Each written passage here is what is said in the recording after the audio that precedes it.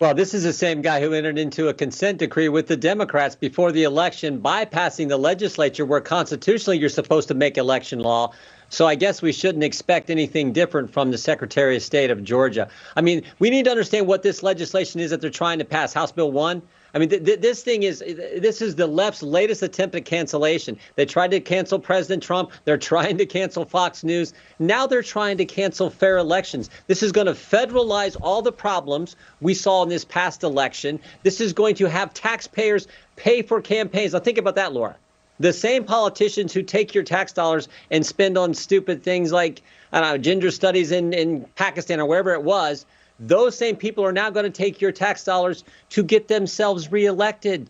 Such a deal for the politicians. This bill also attacks the First Amendment. So it's why we have to push back. It's why states have to step up and do the very things you're talking about that are happening and being proposed in Georgia and in Florida. Right. And Congressman, your oversight committee had a hearing on the Postal Service today where the issue of mail-in ballots came up. And after you spoke, your Democrat colleague Jerry Connolly exploded.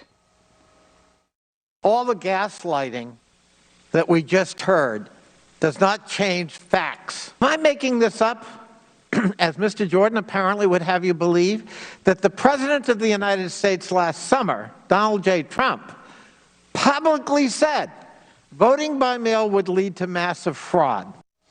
Congressman, he said you and former President Trump are the ones who sowed all the distrust in mail-in ballots, not the practice itself. Your response?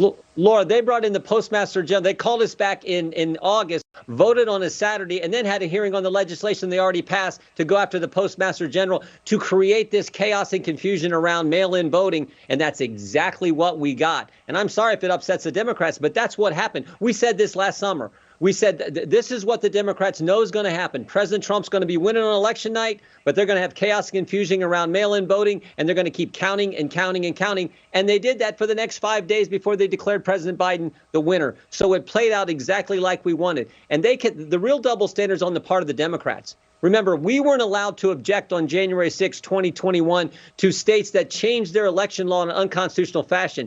Somehow we were wrong. But on January 6, 2017, the Democrat chairman of the Rules Committee objected to the electors from Alabama.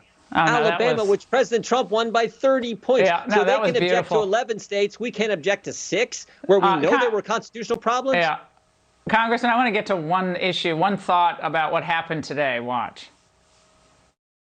Do you believe President Trump should be speaking, or former President Trump should be speaking at CPAC this weekend? Yes, he should. That's up to CPAC. I've been clear in my views about President Trump and the extent to which following January 6th, I don't believe that he should be playing a role in the future of the party or the country. On that high note, thank you all very much. Congressman Liz Cheney in the leadership role. They wanted her in a leadership role, and now they got her in a leadership role, and she's going to keep helping the Democrats, it looks like, on issues like this. Yeah. No, look, I'm glad President Trump's speaking at CPAC. I happen to be speaking right before him. I'm looking forward to this Sunday. He's going to give a great speech, and President Trump is the leader of our party, and that is a darn good thing.